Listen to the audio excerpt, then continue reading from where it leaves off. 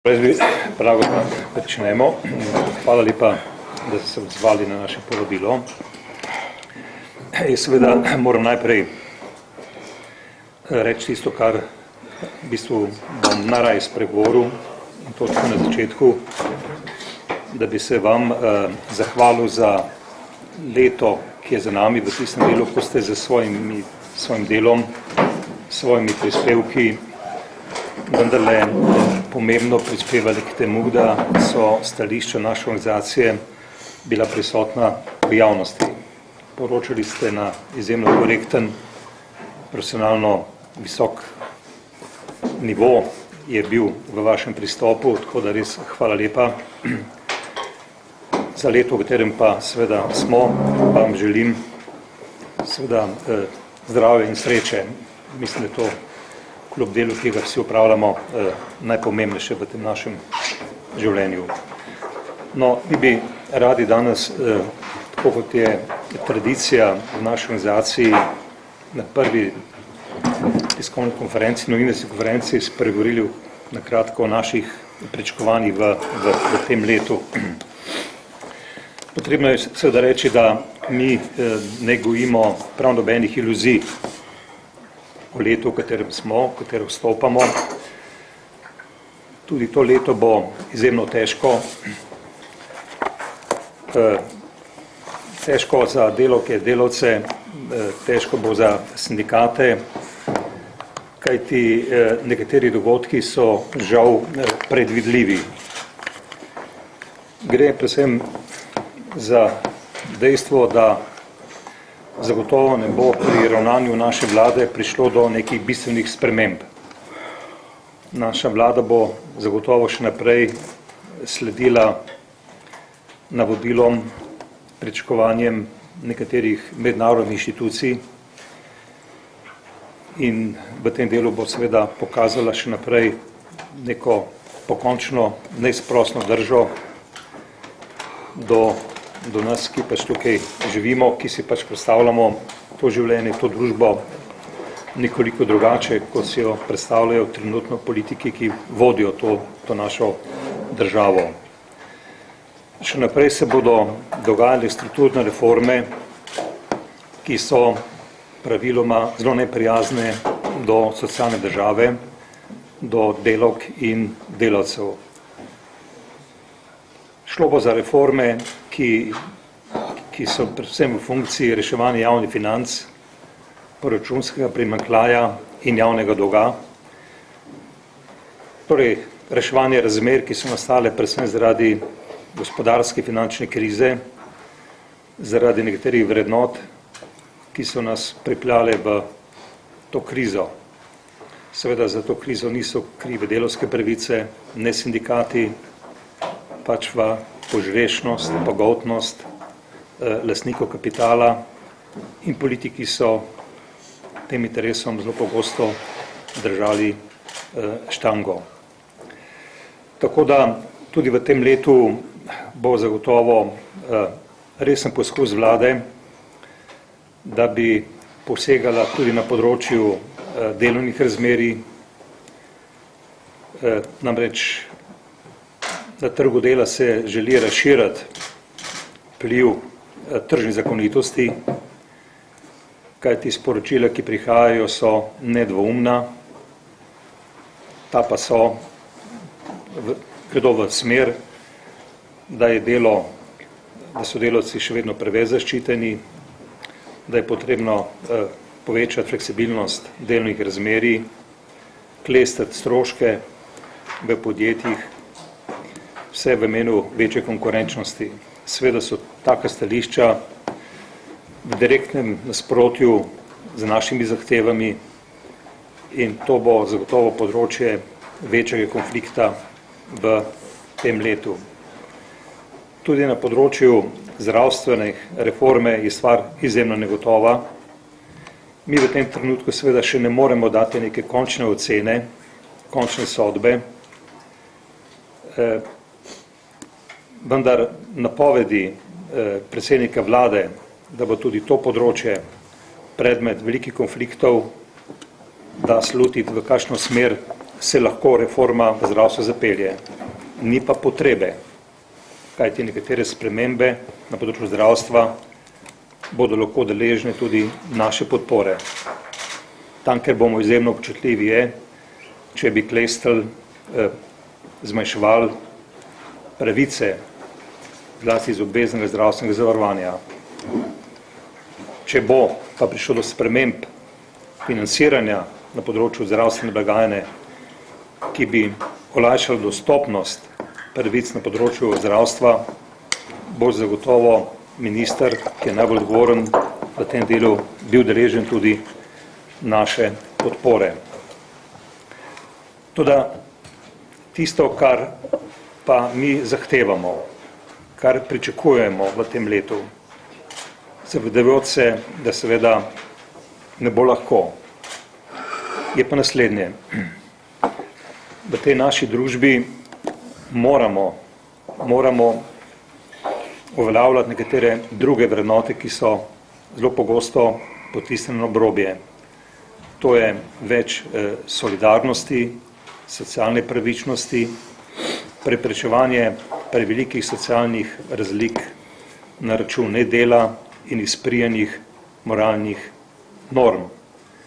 Mi pričakujemo in zahtevamo tudi takšne reforme, zlasti na trgu dela, ki bi nekatere trende, ki so v Sloveniji, spremenili.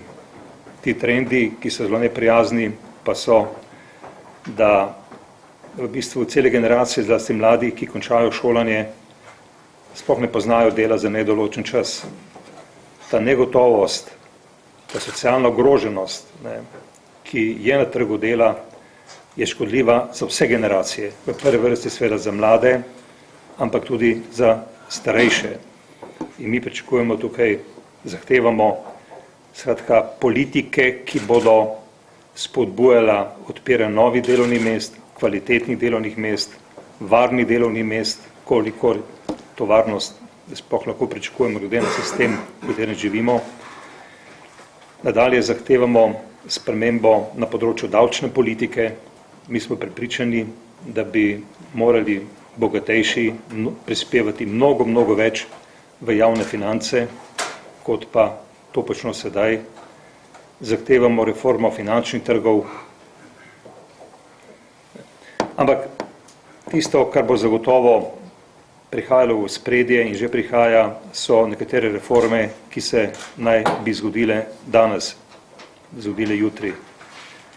Mi bomo nasprotovali in storili vse, da zakon o malem delu ne bo stopil v veljavo.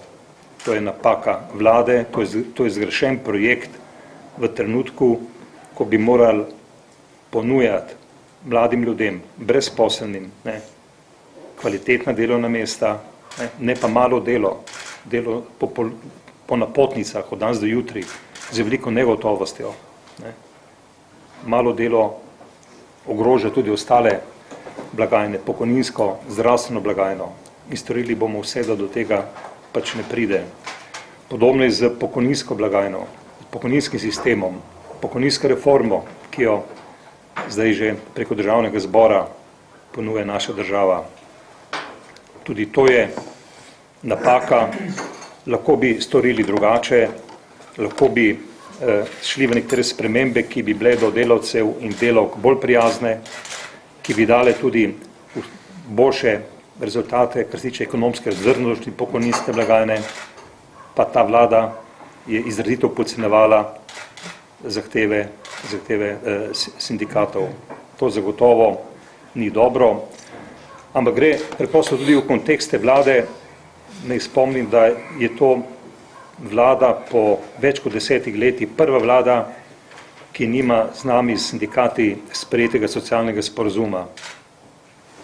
Pa če kje in kdaj bi prav v krizi bil potreben socialni sporazum, dogovor med socialnimi partnerji, kaj storiti skupaj, da bi prišli lažje iz te krize. Moram pa seveda reči, da bo, in s tem se bomo srečevali, da bo vlada si želela, glede na napovedi referendumov, storiti vse, da bi se podredila in izkoristila tudi ostale državne inštitucije. Mi upamo, da Ustavno sodišče ne bo podleglo tem pritiskom.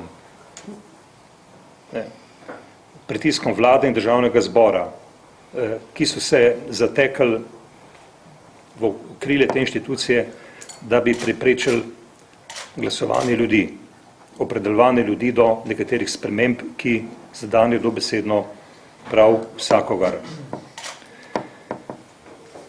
Če bi se pa, kajti v življenju mora biti pripravljen pravno vse, da bi se vendarle zgodilo, da bi tej aktualni oblasti uspelo preprečiti ta referendum, bomo po vsej verjetnosti sindikati pripravili drugačen referendum. Referendum, ki zagotovo ne bo grozil javnih financ, bo pa, to sem prepričan, ogrozil to vlado. Referendum, ker bomo zahtevali zamenjavo vlade. Zahtevali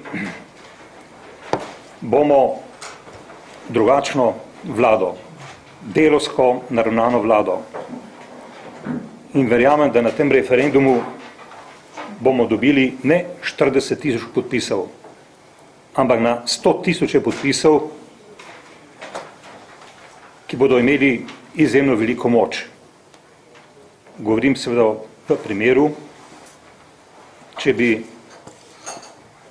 tej vladajoči garnituri vendarle uspelo blokirati vse poti, po katerih civilna družba ali pa sindikati želimo sooblikovati nekatere odločitve v tej državi. Kajti potem bo to nesporen znak, da so si politiki dobesedno prilastili državo. Te pravice in pa seveda vse sindikati ne dajemo. Te pravice na volitvah niso dobili. V spominu imamo predvolilne obljube in teh obljub zagotovo ni bilo. Seveda,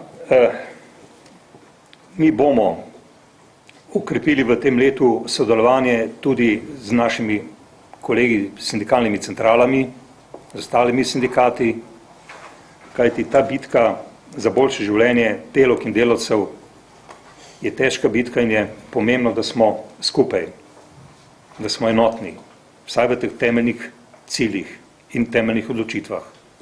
V tem trenutku smo to zagotovo. In Zveza svobodnih sindikatov bo okrepila sodelovanje tudi z sindikati v Evropski uniji, znotraj Evropske konfederacije sindikatov. Namreč, ogromno gorja, ki se zgrinja na vse delavce in delavke v vseh evropskih državah, izvira iz nekaterih evropskih inštitucij. Iz nekaterih inštitucij, tudi, ki so bolj povezani s kapitalom. In jim je deveta briga, kako žive delavke in delavci. In ta bitka je lahko uspešna samo, če smo povezani tudi z ostalimi našimi kolegi iz evropskih držav.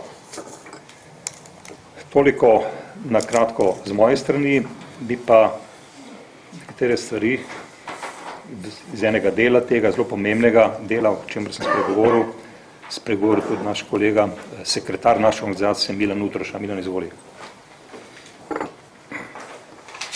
Mi smo se pravkrat vrnili iz razgovora, ki smo ga opravili v kabinetu predsednika Državnega zbora. Razgovor je bil namenjen postopkom izvedbe pridobivanja podpisov za zahtevo za zakonodajni referendum za zakon o pokojninskem in invalidskem zavarovanju. Predsednik Državnega zbora je namreč določil 6. januar kot pričetek zbiranja podpisov. Kot je znano, je Zveza svobodnih sindikatov Slovenije dala pobudo za preverbo tega zakona na referendumu in sicer z enega osnovnega razloga, ker smo trdno prepričani, da bi pokojninska reforma lahko bila drugačna, ljudem bolj prijazna in ne le takšna, kot jo je določila ta vlada. Mi smo namreč mnenja, da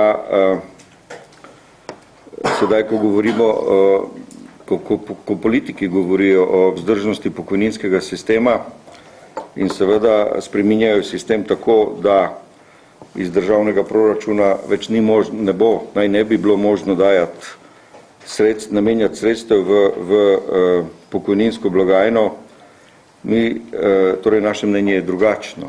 Če ta državni proračun lahko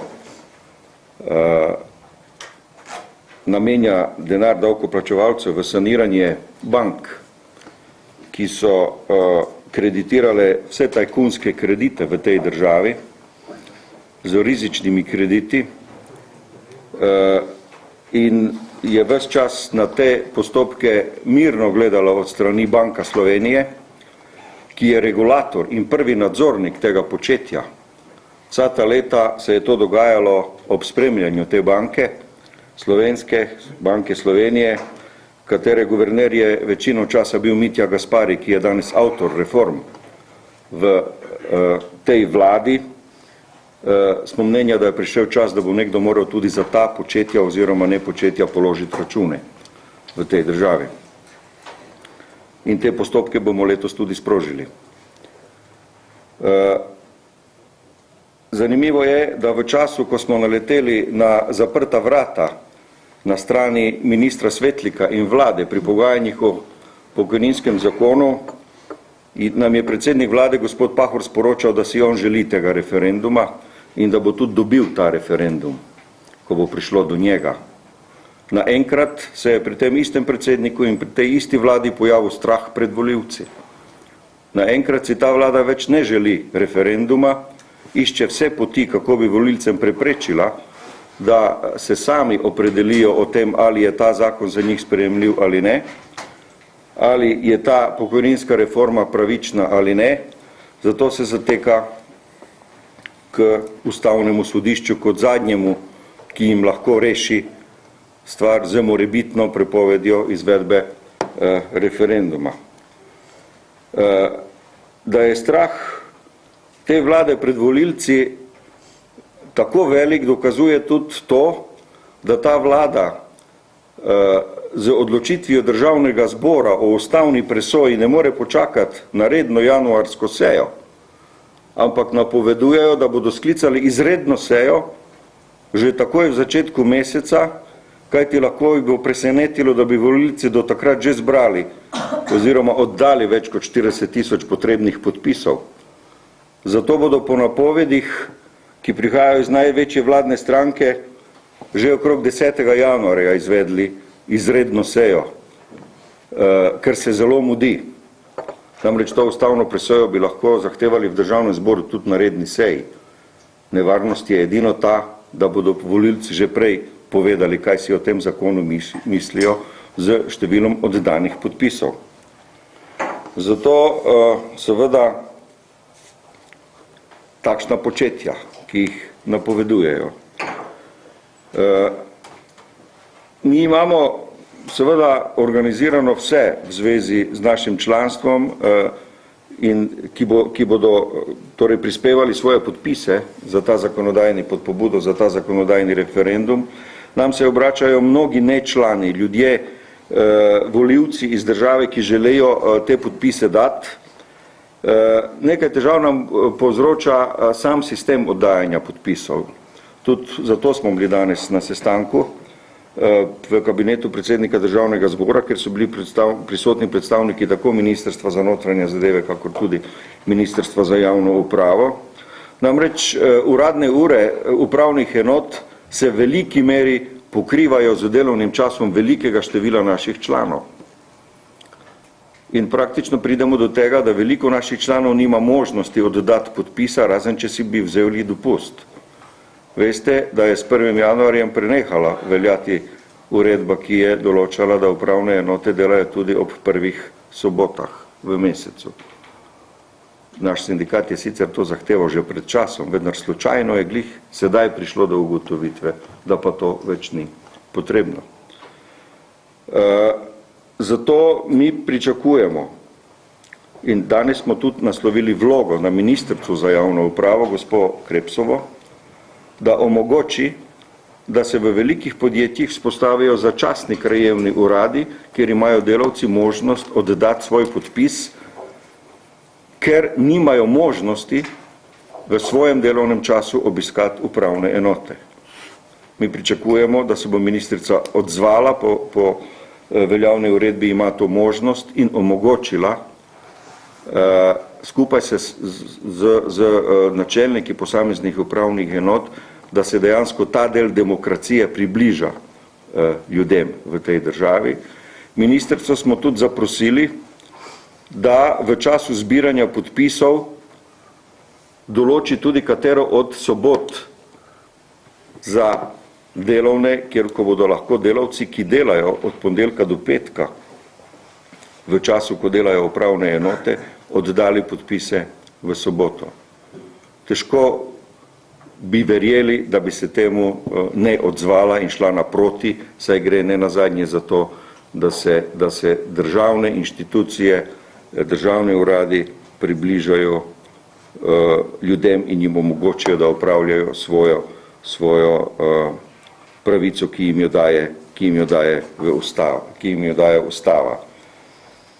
Sicer bi to lahko razumeli tudi kot nadaljni korak ali pa poskus k temu, da se prepreči ljudem, da na referendumski način odločajo o teh pravicah. V slovenski ustavi piše, da ima v Sloveniji oblast ljudstvo. In upamo, da bo temu ostalo tako in da bo temu ljudstvo ta oblast omogočila, da se izrečejo o tej reformi, ki je danes pred referendumskim odločanjem. In še samo glede zakona o malem delu, bilo je nekaj vprašanj. Podpisovanje pobude za ta zakon se je pričelo danes. Zveza svobodnih sindikatov Slovenije je aktivni udeleženec tudi v tem procesu. Zveza svobodnih sindikatov Slovenije glede tega zakona, o tem smo že poročali, je trdno prepričana, da bi uveljavitev tega zakona pomenila velik korak nazaj na polju delavskih pravic v tej državi. In zato bomo tudi v tem primeru podprli, pozvali naše člane, da oddajo svoj podpis, s tem seveda, da sedaj pozivamo tudi vse tiste, ki to niso, torej ki niso naši člani, da oddajo svoj podpis za oba referenduma, torej proti zakonu o malem delu in proti nepravični pokojninski reformi. Toliko z naše strani. Je kakšno vprašanje? Ja, izvolite. Akademik Radio, govorite o referendumu o pokojninski reformi in ustavnem sodišču, da bi ustavno sodišče odloči suvereno in avtonomno. O tem se mi ne zdi, da vse te napovedi, češ da bi oblast pritiskala na ustavno sodišče, ne pomeni nekega spodjedanja avtoritete ustavnega sodišča, pa še glede uradnih ur upravnih enot, pa niso podaljšane bile čez teden. To je bila Virantova uredba. Čez teden popoldne, ne? Glejte, po našem trdnem prepričanju je ustavno sodišče samostojna, kredibilna inštitucija v našem ustavnem sistemu. Toda namera vlade, da bi ustavno sodišče zaščitilo sedanji zakon pred referendumom, v bistvu napeljuje pričakovanja te vlade, da bi se to sodišče obnašalo kot politično sodišče, politično razsodišče. Kajti, če ta zakon ne bi bil sprejet v državnem zboru, a bi potem nastalo protiustavno stanje, če bi ta stari, sedaj veljavni zakon veljal še naprej. Z 2 glasovoma lahko je razlike. Vlada z svojim obnašanjem, z svojo retoriko v bistvu, bi lahko ogrozila to kredibilnost ustavnega sodišča. Zaradi tega ta naša opozorila. Mi verjamemo in zaupamo ustavnim sodnikom, da bodo v eni pokončni drži vendarle presodili tako, kot je prav. To okoli ustavnega sodišča. Kar se tiče Glede upravnih enot, uradnih ur je pa tako, ne. Eno je Ljubljana, drugo so pa ostali kraji. Če boste pogledali uradne ure upravnih enot, boste videli, da velika večina upravnih enot v Sloveniji zapre svoje okence v 15 uri, razen ob sredah. In zato gre, da mnogi naši člani nimajo možnosti, razen če si vzamejo dopust, ker pač v tem času so na delovnih mestih, oditi na upravne enote. In tukaj pač pričakujemo, uredba ima te podlage, da se v takih izjemnih razmerah pač temu delo upravnih enot prilagodi na ta način. Vendar ne na ta način, da ko pride preveč ljudi na upravno enoto, da se razširijo okenca, ampak da se gre nasproti tistim ljudem, ki do upravne enote ne morejo priti, ker so takrat v službi. Izvoli, kolega na tej voli. Če pogledamo recimo pričakovanje v letu 2011, neki podatki so, ki vlada je pred novim letom jih razkrila, ki kažejo to, da nekaj nekako počasi dosegli dno in se začeli zgodovati. Kakšne aktivnosti svojih sindikatov pričakujete v letu 2011 po več, recimo temu stavk, demonstracij, protestov, kot je bilo letu 2010 ali manj, glede na te vse napovednih dogajanja, Naše obnašanje bodo diktirali tisti, ki imajo oblast in moč v tej družbi. Če bo ignoranca do naših zahtev, če ne bo pripravljenost za nek dialog, če bo vse več kršitev zlasti tistih elementarnih delovskih pravic, ko delavci delavke delajo, pa nimajo plače, ko in če se bodo še naprej tako hitro zapirale tovarne, potem bo zagotovo tega nezadovoljstva v naši družbi več. In sindikati bomo na čelu tega nezadovoljstva. To se pravi, kaj bomo vse počeli, ni toliko odvisno od nas, pač pa od tistih, ki krijo usodo življenje naših delavcev in delavk. lahko hujše kot leta 2007? Lahko je. Lahko je. Odvisno bo od rezultata tega konflikta, ki je trenutno med nami na področju strukturnih reform. To zagotovo. Tisti, ki misli, da bomo sindikati kar tako sprejeli nekatere odločitve, pač nas ne pozna. Vse iz tega nepoznavanja izvira cel kup problemov v tej družbi. Mi se bomo borili zagotovo naprej. Še kakšno vprašanje? Oba sta omenila na hitro malo delo. Če vas prav razumem, glavni očitek sindikatov temu zakonu je, da širi polje nekih negotovih oblik dela, ampak po drugi strani je pa res, da se to delo zdaj šteje v delovno dobo, prej se ni. Mogoče en komentar. Andrej Zoli. Izvršni sekretar Andrej Zorko. Ja, zdaj kot prvo, to je v pokojninsko dobo se šteje, ne v delovno. Vendar se za 1 uro opravljanja malega dela šteje 40 minut.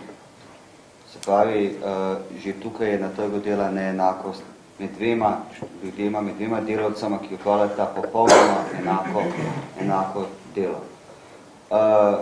Glavni očitek proti zakonu o malem delu ni samo to, da se širi polje tistih, ki bi malo delo lahko opravljali. Je tudi očitek, da je to prvi korak k zniževanju standarda delavcev v tej Sloveniji, ki je že tako nizek in nespoštovan strani delodajalcev. Pomeni bo pritisk na plače, pomeni bo pritisk na letni dopust, na regres, na malico, na potne stroške. Namreč nerazumljivo bi bilo, da bi delodajalec, ki ima na voljo malega delavca ali redno zaposlenega delavca, vzel redno zaposlenega rajše kot malega, ki mu je cenejši, ki je brez vseh pravic. Dejansko zakon o malem delu uvaja nov trg delovne sile in to je prekerni trg delovne sile. In temu seveda se v Zvezi svobodnih sindikatov Slovenije ostro nasprotujemo. Še tam roka, ja, izvolite. Kako pa potem komentirate, da bi recimo ŠOS pristal na zakon o malem delu, če se iz zakona izloči omejitev števila teh delovnih ur? Ja. Razloge, na kaj bi pristal ŠOS, seveda ve ŠOS. To je, sindikati nismo. To je razlog, zakaj mi nasprotujemo zakonu o malem delu, niso enaki, niso identični zakonom, torej katerih nasprotuje ŠOS. Vendar je ravno nasprotovanje tako ŠOS-a kot Zveze svobodnih sindikatov Slovenije, zakon o malem delu, dokaz temu, da bi bilo potrebno zakon usklajevati z različnimi generacijami. Namreč, kaj se je zdaj zgodilo? Zakon o malem delu v isti koš meče vse generacije. Meče mlade, meče srednjo generacijo, brezposelne in meče upokojence. Čeprav vsaka od teh treh skupin, če smem tako imenovati, ima različne razloge, zakaj opravljajo delo. Študenti zato, da lahko študirajo, da lahko doštudirajo. Kajti to je pomemben vir prihodka mlademu, zato, da lahko vsi pridobijo izobrazbo. Nimajo vsi takšno srečo, da bi bili njihovi starši bogati. In študentsko delo seveda po drugi strani tudi omogoča, da študij ni samo privilegij bogati. Brezposelni. Namesto, da bi se brezposelnemu dalo redna zaposlitev, se mu sedaj ponuja malo delo. Skregano za vsako logiko. Pri čemer je dokazano, da malo delo ne predstavlja mostu do redne zaposlitve, ampak prej obratno. Malo delo ubija redna delovna mesta. In upokojenci. Razlogi, zakaj bi upokojenci upravljali malo delo, seveda so popolnoma nasprotni ali pa drugačni od razlogov za mlade. In to je dokaz, da bi bilo potrebno drugače se lotiti tega zakona, ne pa, da v en zakon dejansko zmečajo jabolko in hruške in rečejo, to je to. To je napačna pot. Dobro, a lahko? Ja, še eno.